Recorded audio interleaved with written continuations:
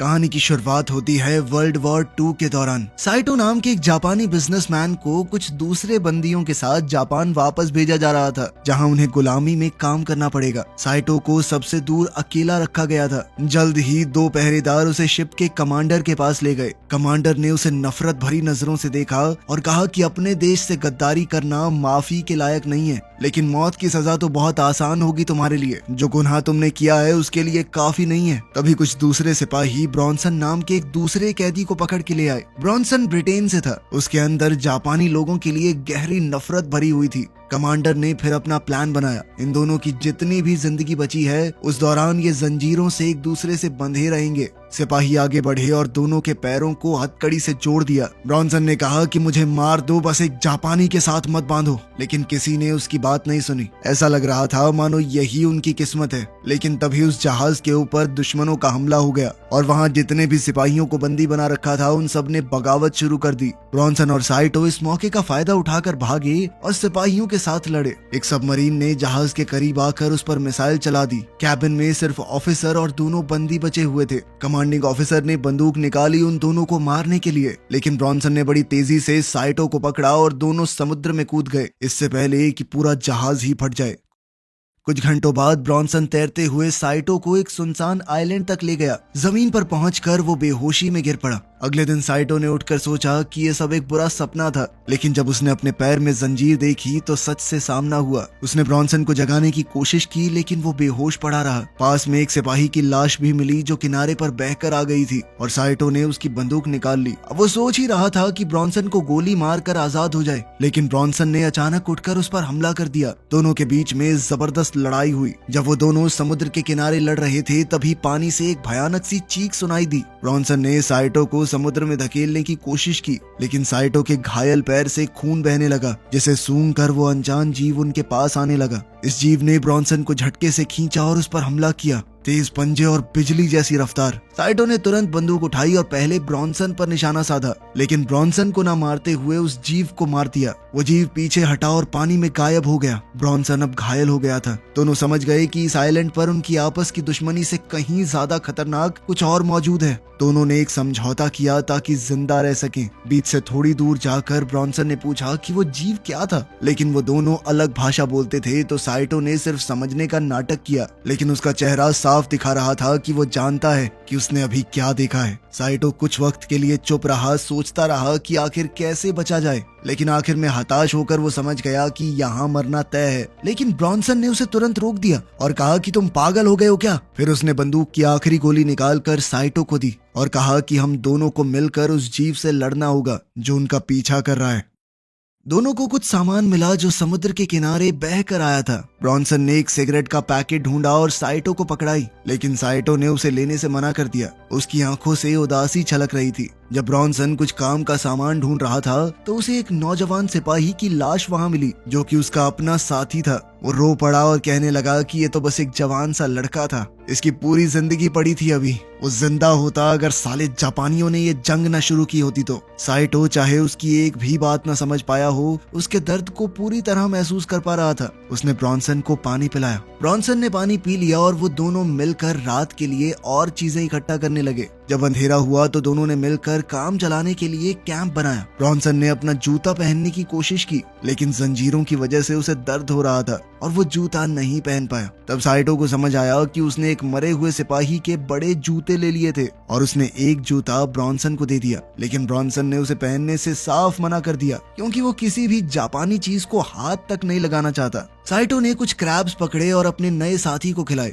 Bronson, जो अब दिनों से भूखा था, उसे लेने के लिए पहले तो हिचकिचाया, लेकिन फिर उसने खाना ले लिया, लेकिन वो क्रैब उसके हाथों से मिट्टी में गिर गया। साइटो ने ये देखकर अपना क्रैब उसे दे दिया। ब्रॉन्सन ने पहले तो मना कर दिया, लेकिन फिर साइटो ने जिद की और क्रैब उसके पास रख दिया। ब्रॉन्सन बहुत भूखा था। जैसे ही उसने क्रैब को चखा उसे बहुत पसंद आया। धीरे धीरे दोनों एक दूसरे के साथ थोड़ा खुलने लग गए। फिर ब्रॉन्सन ने अपने बारे में ढंग से बताया और साइटो कुछ कुछ समझ पा रहा था। वो उसका नाम लेना भी सीख गया। फिर उसने बताया कि मेरा नाम साइटो है। ब्रॉन्सन ने पूछा कि हम इन जंजीरों का क्या करें, लेकिन साइटो चुप रहा। बाद में ब्रॉन्सन ने एक हथियार बनाया ताकि चेन काटी जा सके। उसने कोशिश की, लेकिन वो कामयाब नहीं हुआ। तभी साइटो ने चेन के कमजोर हिस्से की तरफ अपने पैर से इशारा करते हुए जापानी में कुछ कहा। ब्रॉन्सन समझ नहीं पाया, लेकिन उसका इशारा देखकर उसने सोचा कि क्या उसे कोशिश करनी चाहिए। साइटो ने उसे हौसला दिया और 2 वार करते ही चेन ढीली पड़ गई। अब ब्रॉन्सन की बारी थी और साइटो ने हथियार मांगा, जिससे ब्रॉन्सन थोड़ा घबरा गया, लेकिन फिर भी उसने भरोसा किया। जब साइटो ब्रॉन्सन के पैर के पास चेन पर मारने लगा तो ब्रॉन्सन ने कहा कि भाई मुझसे नहीं देखा जाएगा, मैं अपनी आंखें ढक रहा हूँ। ये बात सुनकर साइटो हंस दिया। फिर एक ही वार में उसने ब्रॉन्सन को आजाद कर दिया। ब्रॉन्सन खुशी से झूम उठा कि उसका पैर नहीं गया और वो दोनों खुशी से जश्न मनाने लगे, लेकिन उनकी आवाज ने अंधेरे में छुपी हुई किसी चीज का ध्यान खींच लिया। साइटो को महसूस हुआ कि कोई चीज उनके पास आ रही है और दोनों सतर्क हो गए, लेकिन वो प्राणी जल्द ही वहाँ से गायब हो गया। दोनों ने हथियार उठाए और सबूत ढूंढने निकल पड़े। साइटो को रेत में कुछ निशान मिले और उसने एक छोटी सी जांच शुरू की, लेकिन तभी एक आवाज ने उसका ध्यान खींच लिया। जब उन्होंने पलट कर देखा तो पता चला कि ये तो 2 जापानी फौजी हैं, जिनके साथ एक कैदी भी है। ब्रॉन्सन को शक हुआ कि साइटो अब उसका साथ छोड़ देगा, लेकिन साइटो ने ब्रॉन्सन को दिखाने के लिए कि वो उस पर भरोसा कर सकता है, अपना हथियार उसे दे दिया और कहा कि जल्दी से छुप जाओ। साइटो वहीं रुक गया और उसने देखा कि खाना उबल रहा है। तभी एक फौजी को कुछ महक आई और वो देखने गया, जहां उसे लगा कि कोई कैंप में सो रहा है। साइटो सामने आ गया और कहा कि गोली मत चलाना, और ब्रॉन्सन दूर से ये सब देखता रहा। फौजियों को ये नहीं पता था कि साइटो को एक गद्दार घोषित किया जा चुका है, इसीलिए वो उस पर भरोसा करने लगे। लेकिन ब्रॉन्सन ये नहीं जानता था कि असली खतरा उसके बिल्कुल पीछे है। कैंप में साइटो ने अपने पुराने साथियों से पूछा कि क्या कोई बचा है। उस आदमी ने जवाब दिया कि सिर्फ हम लोग ही बचे हैं, क्योंकि उन्होंने लाइफ जैकेट पहनी हुई थी, बाकी सब डूबकर मर गए। ब्रॉन्सन को थोड़ा देर से समझ आया कि समुद्र का वो जीव उसके पीछे है। वो इतना डर गया कि समझ नहीं पाया क्या करना चाहिए, और आखिरकार उसने अपनी आंखें बंद कर ली। लेकिन जब उसने दोबारा आंखें खोली तो देखा कि वो डरावना जानवर वहां से गायब हो चुका है।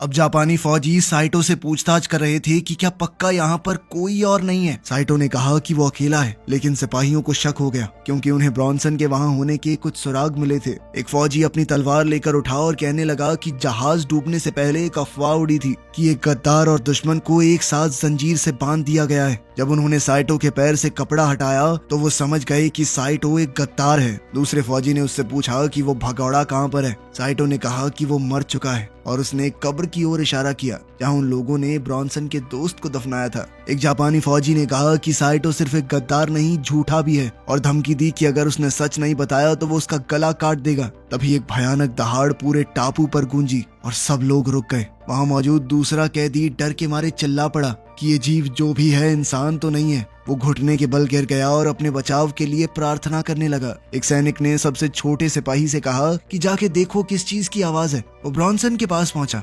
ब्रॉन्सन ने एक सूखी पेड़ की टहनी पर पैर रखा और आवाज आई। सैनिक उसकी तरफ बढ़ने लगा, लेकिन तभी जानवर की गुर्राहट की आवाज सुन के वो दूसरी तरफ भागा। वो सैनिक जंगल के रास्ते गुफा के गेट तक पहुंचा और अंदर घुस गया। उसे ये नहीं पता था कि ये जीव गेट के पत्थरों के बीच ही छुपा हुआ है। इसी बीच ब्रॉन्सन ने अपने दोस्त को बचाना चाहा। गुफा के अंदर जीव सैनिक के पीछे से निकला। सिपाही ने घूमकर अपनी तलवार से उस पर वार किया, लेकिन उस जीव ने सिपाही का हाथ झट से तोड़ दिया। उसकी चीख पूरे टापू पर गूंजने लगी। दूसरे सिपाही ने सोचा कि ये साइटो की वजह से हुआ है, तो वो उसे मारने गया, लेकिन ब्रॉन्सन ने उस पर वार करके उसे ही मार डाला। जब ब्रॉन्सन उस पर गोली चलाने ही वाला था, तभी जीव ने सिपाही का सर उन पर तोड़कर फेंक दिया और एक भयानक चीख मारी। दोनों वहां से छुपने के लिए भागे। जीव घायल सिपाही के पास पहुंचा और उसे पूरा खत्म कर दिया। दूसरा कैदी भी भागा, लेकिन जीव उस पर चढ़ गया और उसे भी मार डाला। ब्रॉन्सन और साइटो दूर से ये सब देख रहे थे। उन्होंने तय किया कि उन्हें निकलना चाहिए, लेकिन जीव ने उन्हें भी देख लिया और पीछा करने लगा।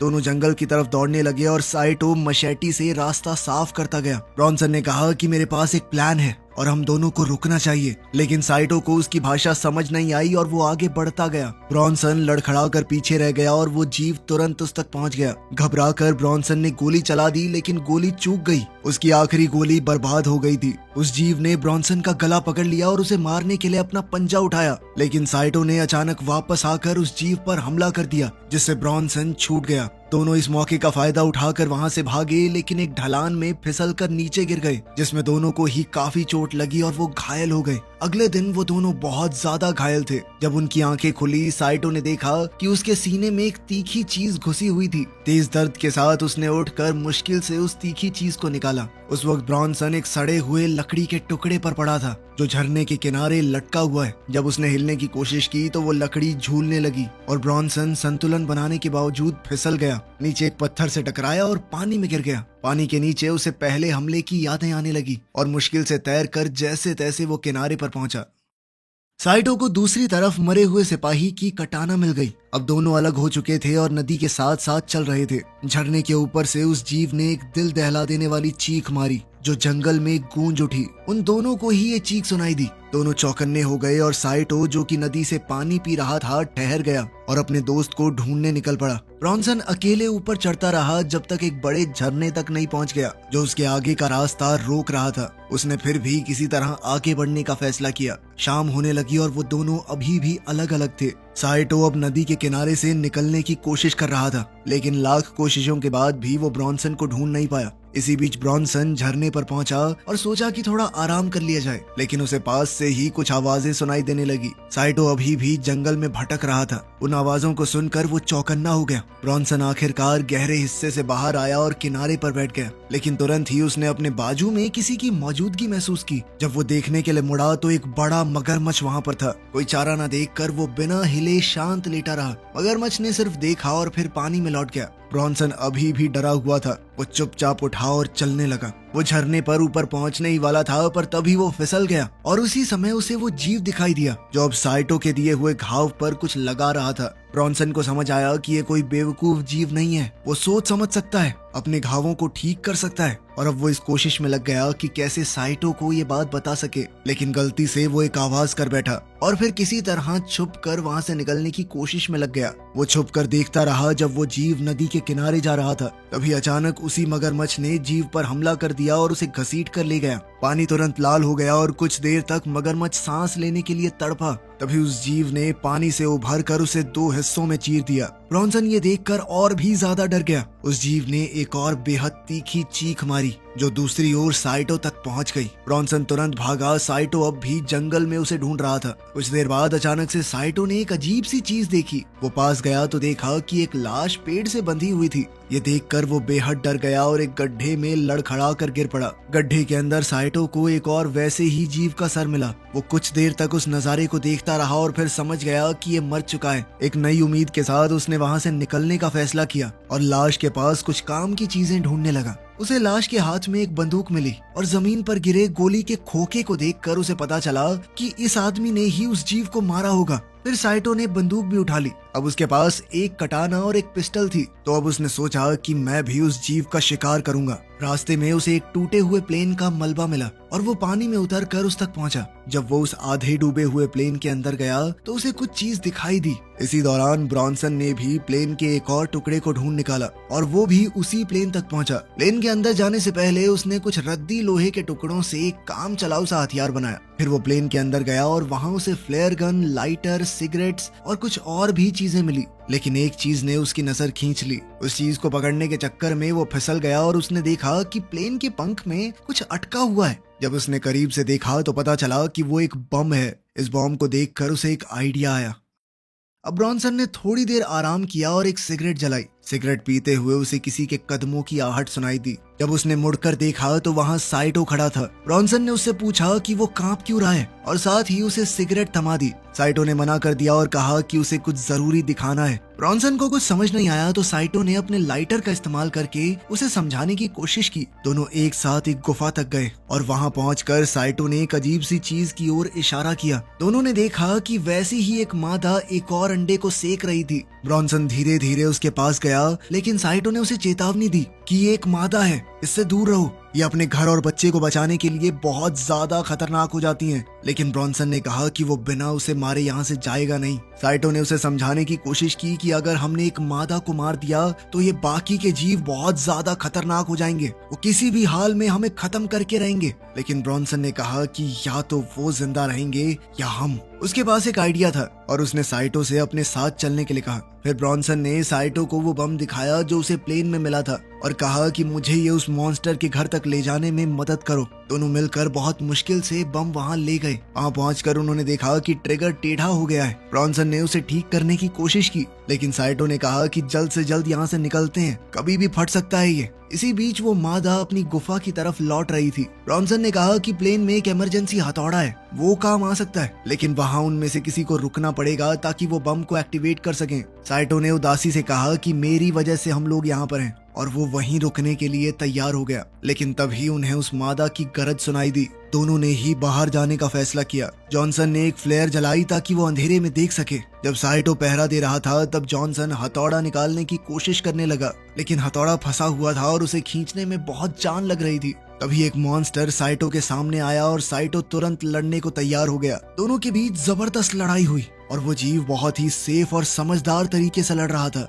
आखिर में ब्रॉनसन हथौड़े को प्लेन से निकालने में कामयाब हो गया। साइटो ने डट कर उस मॉन्स्टर का मुकाबला किया और उसे प्लेन के करीब धकेल दिया। ब्रॉनसन को हथौड़े से कई बार वार करने का मौका मिला। वो दोनों ही उस जीव के साथ लड़ाई में लग गए और कुछ देर के लिए उसे एक कोने में दबा भी दिया। लेकिन जब उन्होंने आसमान की तरफ देखा तो उन्हें आग धीरे धीरे बुझती हुई नजर आने लगी। फिर जब उन्होंने सामने देखा तो वो जीव वहां से गायब हो चुकी थी। फिर दोनों जल्दी से गुफा की तरफ लौटे ताकि काम पूरा कर सके। साइटो एक बार फिर से पहरा देने लगा, जबकि ब्रॉनसन बम के लैच को ठीक करने की कोशिश कर रहा था। जैसे ही ब्रॉनसन ने वो लैच ठीक किया, उस जीव ने पीछे से हमला बोल दिया, लेकिन साइटो ने तुरंत उस जीव के सीने में छुरा घोंप दिया। जैसे ही वो उसका सर काटने की तैयारी कर रहा था तो उस जीव ने उसे दीवार पर दे मारा और फिर वापस ब्रॉनसन पर हमला किया और उसे भी जबरदस्त हमला करके घायल कर दिया। साइटो ने जैसे तैसे अपनी हिम्मत बटाई, उठा और अपना हथियार भी उठाया और एक ही झटके में उस जीव की आंख में गोली मार दी, जिसके बाद उस मॉन्स्टर ने ब्रॉनसन को छोड़ दिया। साइटो ने दोबारा गोली चलाई लेकिन चूक गया, इसीलिए उसने अपना निशाना बदला और उस जीव के अंडे पर गोली चला दी। अंडे में विस्फोट हुआ और उस मादा का एक बच्चा जमीन पर गिरा, जिसे देखकर वो मादा गुस्से से बौखला गई। साइटो अपने दोस्त की मदद करने के लिए दौड़ा, लेकिन ब्रॉनसन काफी बुरी तरह से घायल था। ब्रॉनसन ने अपनी सारी चीजें साइटो को दे दी और कहा कि जल्दी से निकल जाओ। जब वो मादा अपने बच्चे को गोद में उठाकर बैठी हुई थी तो साइटो दर्द में था, लेकिन फिर भी मजबूरी में अपने दोस्त को छोड़कर गुफा से भागा। फिर वो मादा ब्रॉनसन के पास आई। ब्रॉनसन ने तुरंत बम को एक्टिवेट कर दिया। ब्रॉनसन ने तुरंत काउंटडाउन शुरू किया, लेकिन जब वो 3 तक पहुंचा तो बम फटा ही नहीं। तभी उसे अपने दोस्त साइटो की बात याद आई। उसने साइटो के बताए तरीके से बम को एक्टिवेट किया और एक बहुत बड़ा धमाका हुआ, जिसे साइटो ने दूर से देखा। अपने दोस्त को खोकर साइटो बहुत उदास हो गया। फिर उसे वही भयानक चीख सुनाई दी और उसे समझ आ गया कि वो जीव अभी भी जिंदा है। अब उसने झाड़ियों के बीच से भागना शुरू किया और वो मादा भी उसका पीछा करते हुए जंगल के रास्ते से भाग रही थी। साइटो समुद्र के किनारे पहुंचा और निराश होकर घुटनों के बल गिर गया, लेकिन फिर उसे अपने दोस्त की कुर्बानी याद आ गई और गुस्से में उसने लड़ने का फैसला किया। जैसे ही वो मादा समुद्र किनारे पहुंची और देखा कि कोई उसके सामने घुटनों पर बैठा है तो वो एक ही झटके में उस पर झपट पड़ी, लेकिन वो एक जाल था। साइटो रेत से उठा और उस जीव के सामने खड़ा हो गया। उसने उस जीव पर वार किया, लेकिन खुद भी घायल हो गया। उसने हार नहीं मानी और उस जीव का सामना करने के लिए दोबारा खड़ा हो गया। उसने उस मादा को ये कहकर ललकारा कि मार दिया ना तेरे बच्चे को, आजा। जैसे ही उसने साइटो पर वार किया, साइटो ने उसके पेट को चीर डाला और वो मादा जमीन पर गिर पड़ी। वो उस कमजोर पड़ चुकी मादा के पास गया और उसके ऊपर झुककर अपनी तलवार निकाली, लेकिन उसे मारने की बजाय उसने वो तलवार उसके पास ही जमीन में घुसा दी और कुछ कदम पीछे हटकर एक फ्लेयर गन को उठाने लगा। तभी जंगल की तरफ से कुछ और आवाजें आई और वो समुद्र के किनारे की तरफ चलने लगा। वहाँ वो आग जलाने की कोशिश कर रहा था, लेकिन फ्लेयर टूटा हुआ था। अब उसकी आखिरी उम्मीद भी टूट गई। एक थका और हारा हुआ साइटो रेत पर गिरकर बेहोश हो गया। कुछ घंटों बाद साइटो की आंख एक अमेरिकी जहाज पर खुली, जहां एक ऑफिसर उससे पूछताछ कर रहा था। साथ में एक जापानीज ट्रांसलेटर भी था। ऑफिसर ने पूछा कि क्या ब्रॉनसन ने उसकी मदद की थी, लेकिन साइटो चुप रहा। फिर ऑफिसर ने ट्रांसलेटर से कहा कि इससे पूछो इसने क्या किया है, इसका जुर्म क्या था। साइटो ने जवाब दिया कि मैंने अपने ही कमांडर को मार दिया, क्योंकि वो बेकार ही मेरे सारे साथियों को मौत की तरफ धकेल रहा था। ऑफिसर फिर से ब्रॉनसन के बारे में बात करने लगा और साइटो को उसके साथ बिताए हुए पल याद आ रहे थे। आखिर तक आते आते वो दोनों सच्चे दोस्त बन गए थे। ऑफिसर ने पूछा कि क्या कोई और भी जिंदा है उस आइलैंड पर। साइटो ने कहा कि वहाँ कोई नहीं बचा। फिर वो जहाज की खिड़की से बाहर देखने लगा। जब उनका जहाज किनारे से दूर जा रहा था तब पता चला कि वहाँ तो वैसे कई और जीव भी जिंदा हैं और इस आइलैंड पर उनका ही राज रहेगा। वीडियो पसंद आई तो लाइक कर देना, चैनल को सब्सक्राइब कर लेना। मिलते हैं अगली वीडियो में।